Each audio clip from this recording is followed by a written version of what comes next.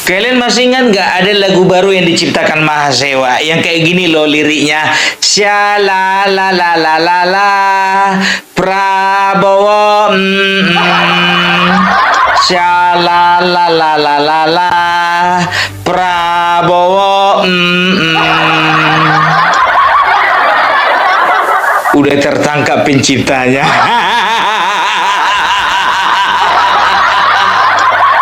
Sungguh lagu yang sangat merdu,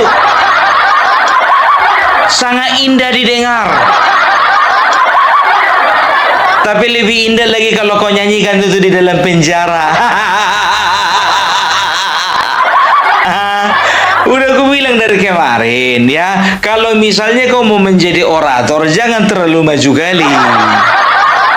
Kalau yang di bawah-bawah itu ngikut-ngikut aja semua, kau lah masuk penjara. Gara-gara 40.000.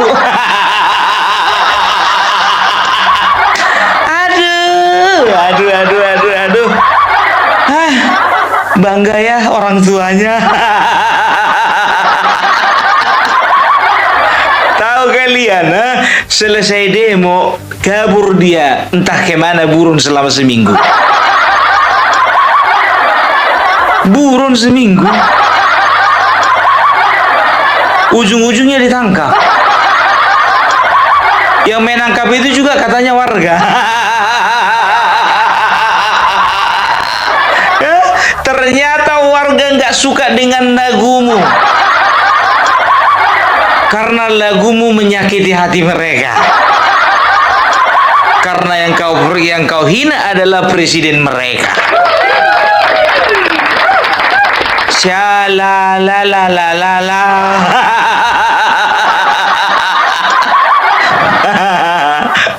Siapa yang ngajari kau, mamamu?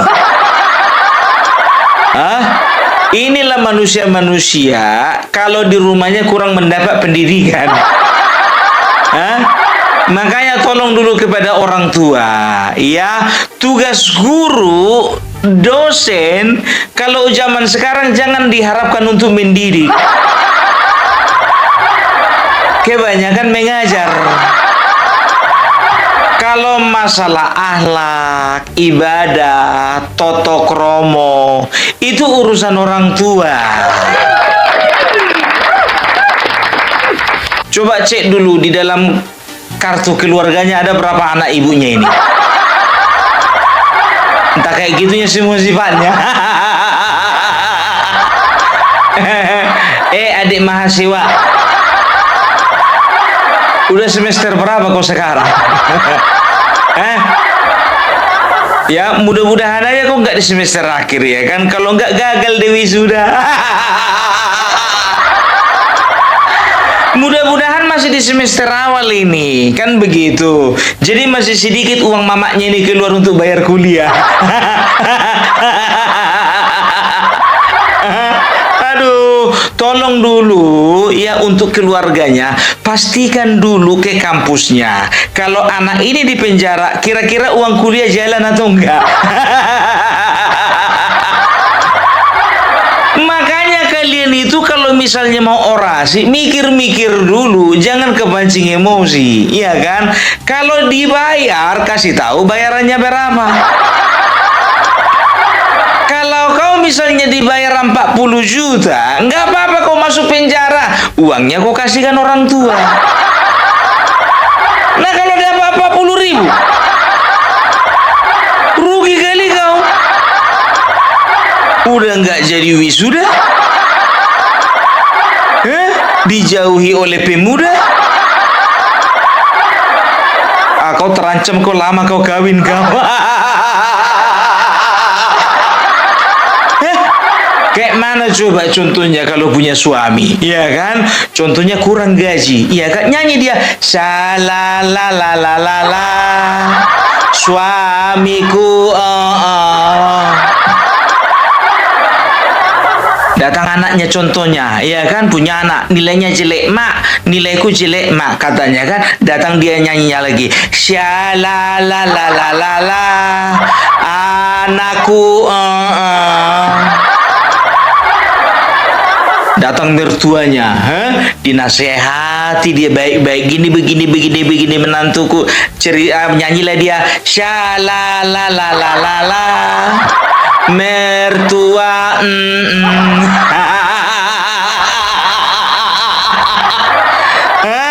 udah ku bilang sama kau, jauh jodohmu.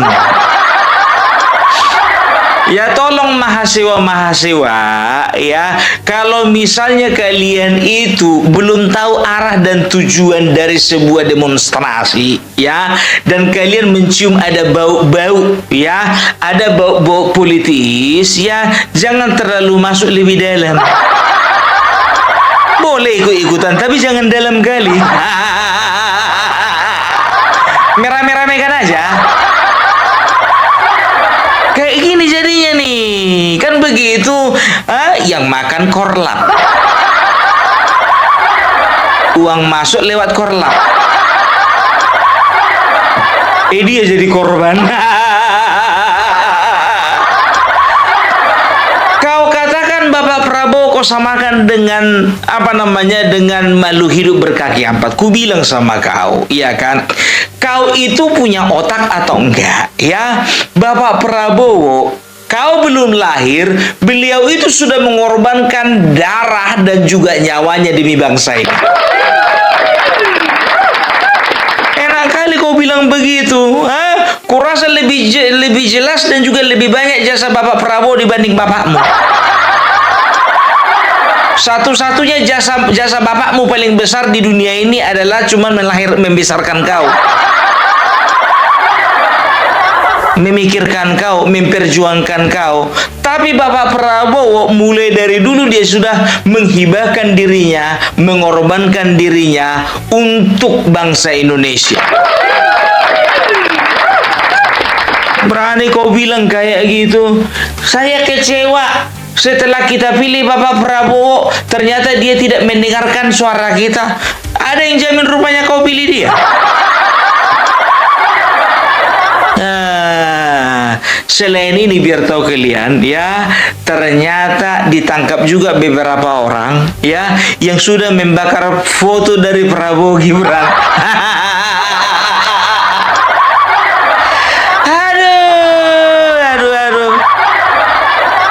Aduh, memang ini jujur aja gue bilang, inilah mahasiswa yang masa depannya gelap. Mau aja diperalat oleh kelompok tertentu.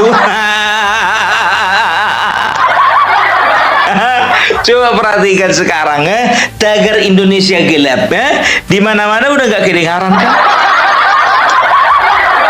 Tapi muncul di beberapa acara, Refli Harun, Faisal, Akbar Faisal, ya, dan itu juga yang menjadi tagarnya Koni. Apa dibilangnya? Waktu saya pulang umroh dengan Megawati, ya, kami itu disambut dengan demonstrasi Indonesia gelap. Gua gemes gitu loh, gua kepengen banget untuk nerangin Indonesia yang gelap ini. Jadi bagaimana kawan-kawan, berapa foto yang kalian bakar? Jadi mahasiswa ini jujur aja gue bilang, ya kan, aneh orang ini. Bakar foto presiden berani. Coba bakar dulu foto dosen pendamping. Bakar dulu foto dosen pendampingmu. Kan udah terbalik dunia ini.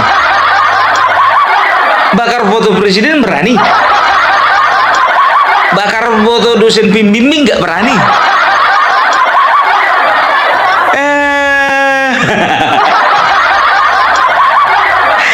Jadi manusia-manusia inilah yang mau mengharapkan pendidikan gratis gitu.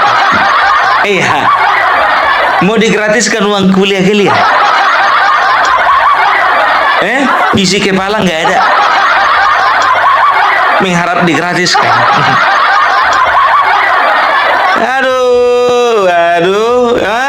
Coba kalau rasa orang ini yang beberapa orang ini, ya kan, nanya lo orang ini satu dengan yang lain, kira-kira kita satu sel nggak sama si Hasto?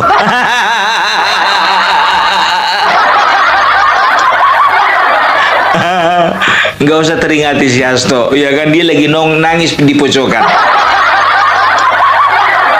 Aku menangis. Ho. Istriku menangis. Ho. Anak-anakku menangis. Ho. Aduh, ya, jadi jangan pernah kalian itu, tolonglah dulu kalian itu sebagai mahasiswa, jujur aja ku bilang ya, sekarang itu ku tengok pergerakan kalian itu tidak searah dengan rakyat.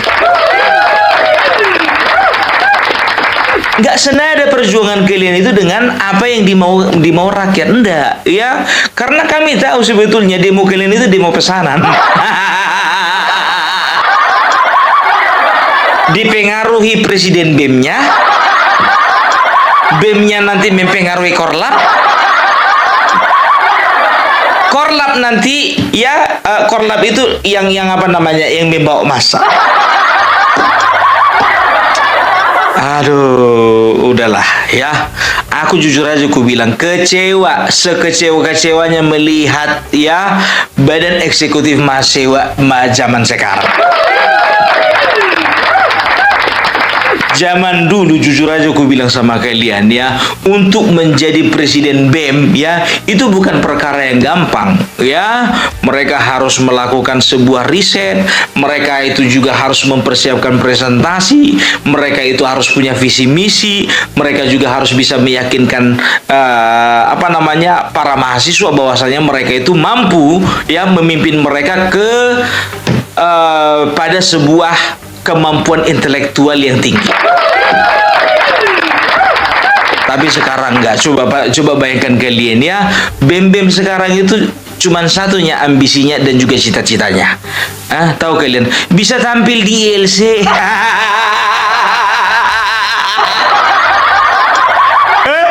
Coba perhatikan kalian. Ya, hitung kalian udah berapa presiden BEM ya yang sudah nongol di ILC. Cuman itu yang kebanggaan terbesar mereka. Nongol di TV, pimpin demo. Kan begitu, demo ke arahnya kemana nggak tahu dia. Aduh ya, inilah asuhan-asuhannya Rocky Gerung, Faisal Assegaf. Nggak boleh kayak gitu Kopung ya. Bagaimanapun juga mereka adalah penerus bangsa ini. Tergantung IP-nya itu. Kita lihatlah lulus nanti IPK-nya berapa. Ya, udah ku bilang tahun 2019 ya, ada sekitar 10 atau 11 perguruan tinggi negeri di Indonesia itu top-topnya itu ya, yang juga pernah dirasuki atau disusupi dengan radikalisme. Ya, jujur ku bilang sama kalian, sedangkan paham radikalisme itu bisa menyusup kepada para mahasiswa, apalagi paham-paham anti pemerintah. Loh kok bisa Bung? Ya yang diundang mana boleh Rocky Gerung. Kan begitu. Andai kata Koni mengajar dia di Indonesia, aku rasa Koni pun juga diundang itu. Ya, tolonglah, memang betul ya kita ya, Rocky Gerung itu memiliki paham ya, bisa dikatakan idealismenya itu liberal, kan begitu. Kebebasan berpikir, kebebasan bernarasi, kebebasan berargumen, kan betul, nggak ada masalah, justru bagus itu ya kan. Cuman masalahnya ya masih di dalam koridor, tidak ada batasan-batasan yang harus diperhatikan. Batasan etika, batasan moral, batasan hukum dan undang-undang. Coba perhatikan kalian ya, yang namanya Rocky Gerung selalu berbicara etik. Sementara dia nggak pernah berpikir kalau untuk bicara. Presiden aja udah dua-duanya dibilang, udahlah. Tahun Tahu nggak kalian, jujur aja ku bilang ya, pernah dalam satu kesempatan ya, bareng ini sama Ade Armando ya, waktu itu bicara tentang campur tangan Joko Widodo terhadap MK ya. Ini si Rocky Gerung ngotot ya, bahwasanya Joko Widodo itu punya andil di dalam putusan MK. Ade Armando berkata, tunjukkan buktinya. Ya, Rocky Gerung berkata, saya punya disertasi, ada 7 disertasi ditambah hasto. Iya kan? Coba Ade Armando bilang sama dia, tunjukkan buktinya. Datang dia, siapa nih si Rocky Gerung? Bagi saya disertasi yang paling baik itu disertasinya hasto. Ditanya sama dia 7 lagi disertasi, ya salah satu diantaranya nggak mampu dia. Ya, saya harus sampaikan bahwa cara berpikir saya memang berseberangan dengan Bung Rocky ya. Misalnya saja soal bahwa Pak Jokowi itu merusak demokrasi Indonesia dengan merusak Mahkamah Konstitusi kan. Saya nggak setuju. Saya merasa bahwa keputusan Mahkamah Konstitusi untuk yang ujung-ujungnya mengizinkan Gibran maju itu bukan urusannya Pak Jokowi, itu urusannya Mahkamah Konstitusi. Kenapa Jokowi nggak batalin? Bagaimana caranya dia membatalkan? Karena dia tidak ngerti political ethics pada dasarnya. Oke, silakan jawab Bu Andi. Saya mau bilang bahwa saya Bukan sekedar dinikmati, dia nggak tidak paham. setuju dengan tuduhan bahwa yang berada di belakang keputusan Mahkamah Konstitusi tersebut adalah Pak Jokowi. Jadi di situ aja kita berbeda. Dia tidak bisa membuktikan itu, saya juga tidak bisa membuktikan. Saya tidak bisa membuktikan. Saya buktikan, Saya bisa. tidak bisa membuktikan apakah Jokowi memang terlibat di sana. Saya akan buktikan. Gimana caranya membuktikan bahwa Jokowi ada di sana? Dengar gitu sekarang. Apa? Logik dari kekuasaan. Enggak, ini jangan logik dong. Buktinya apa? Buktinya apa? Ini tuh bukti. Ya apa? Seseorang yang punya ambisi, dia akan maksimalkan ambisinya. Sampai di situ dulu, benar nggak tuh tesisnya? Enggak, buktinya apa? Bukan, saya mulai dengan cara berpikirnya. Ya. Anda punya ambisi, Anda akan ambil kesempatan untuk memaksimalkannya apa enggak? Kesempatan itu adalah sesuatu yang relatif. Yes. Jadi misalnya begini. Itu tentu. Nah, saya mau bilang, no. Anda harus siap. Kasih kesempatan saya selesaikan. Apa istilah, apa yang harus ambisi? Nah, saya mau bilang begini. Saya akan berusaha keras agar apa yang saya ambisikan itu tercapai. Tapi semua harus dilakukan dengan cara yang etis. Sekarang Setuju? juga. Nah, itu Ya. saya. Oke. Jadi saya mulai poin pertama ya. Kalau Anda punya ambisi, Anda akan maksimalkan apa enggak? Dengan cara yang etis ya. Iya. Dengan cara yang etis ya. Oke. Kapan cara yang etis itu dipakai oleh seorang yang ambisinya tak tertahankan lagi? Enggak, karena saya ada batasan etis, saya tidak akan mengatakan ambisi saya sudah tak tertahankan. Kapan seseorang menahan ambisinya kalau perintah moral dia itu adalah dinasti? Perintah moral apa? Perintah moral adalah perintah tertinggi. Yes. Tentu saja. Ya, jadi dia akan batalkan. Batalkan apanya? Kalau perintah moralnya bangun dinasti, oke, dia akan batalin apa enggak? Bagaimana mungkin ada sebuah perintah moral bentuknya adalah bangun dinasti? Seharusnya tidak boleh ada, tetapi itu faktanya, itu dero. Itu karena Anda. Itu imajinasi Anda. Gini, imajinasi saya, oke? Iya. Imajinasi saya itu, you cari pembuktian ilmiah, nggak ada kan? Nggak ada. Baca seluruh analis Australia, Indonesianis, disebutkan di situ ambisinya memang bangun dinasti. Saya tidak riset itu. Ya, riset ada teman-teman yang bisnis semua.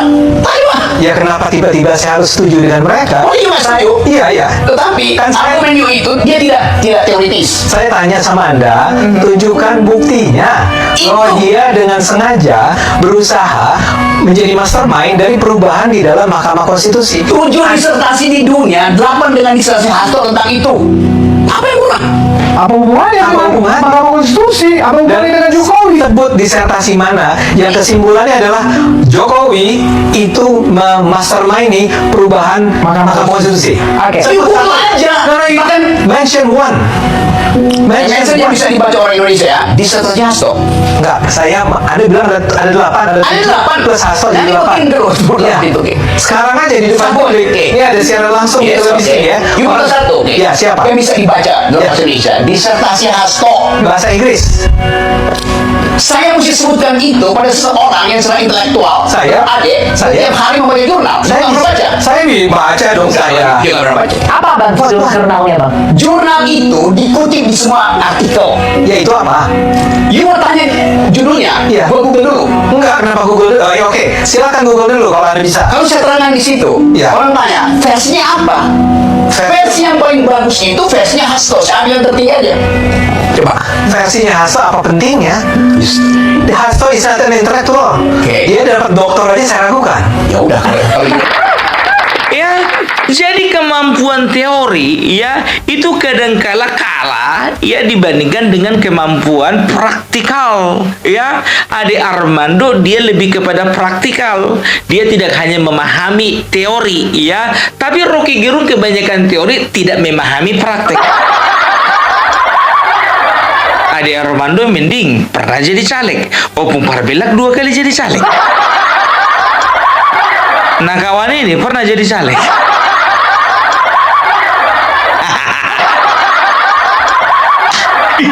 Pernah Bung jadi caleg pernah. Kapan itu Bung? Nggak perlu kalian tahu. Masih kelas-kelas kabupaten lah. Ada yang milih Bung? Nggak ada. Tapi nggak terlalu banyak, iya kan? Tapi kalau misalnya Bung Parbelak sekarang jadi caleg, jujur aja gue bilang banyak milih.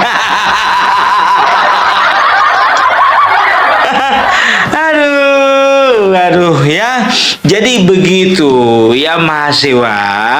Ku bilang sama kalian semuanya, ya kalau kalian nggak mau dibilang mahasiswa, ubahlah bagaimana kalian itu menanggapi isu-isu di bangsa ini.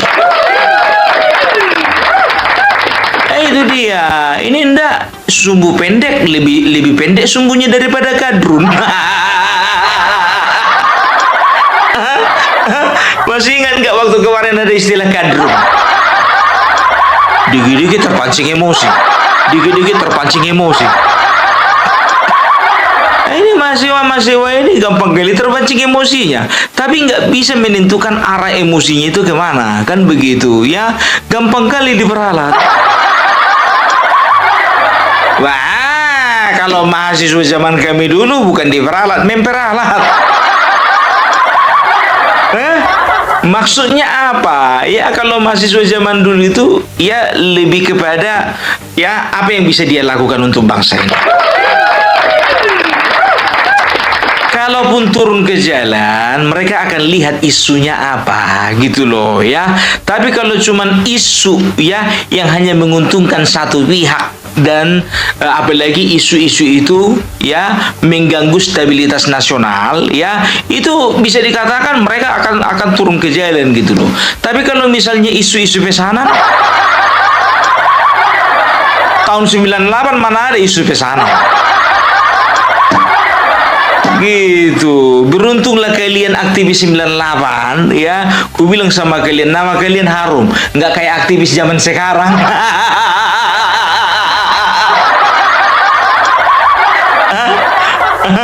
Bangga kali kalau udah turun ke jalan. Udah paling merasa pahlawan itu bakar-bakar ban. Aduh. Jadi kita doakan aja ya mahasiswa-mahasiswa yang sudah tertangkap ini ya. Yang pertama supaya mereka bisa berubah ya. Yang kedua ya supaya uang sekolah mereka atau uang kuliah mereka nggak jalan. Ya kalau jalan contohnya mereka lagi ditahan kan rugi. Yang kasihan kan bapak sama mamanya. Kan begitu. Yang ketiga mudah-mudahan lepas dari penjara nanti masih bisa nyambung kuliah. Sampaikan dulu sama mama kalian itu biar diurus dulu cuti kuliah. Kalau prediksi gue 2 tahun ini bikin kian lah. Kalau misalnya contoh 6 bulan lepas ya nasib kalian lebih bagus. Tapi kalau 2 tahun nggak lepas-lepas, sementara cuti kalian urus 6 bulan, ya kan ternyata lah 2 tahun kalian di dalam, ya kan harus membayar kalian 1,5 tahun. Lebih bagus urus cuti 2 tahun selesai. Shalalalalala.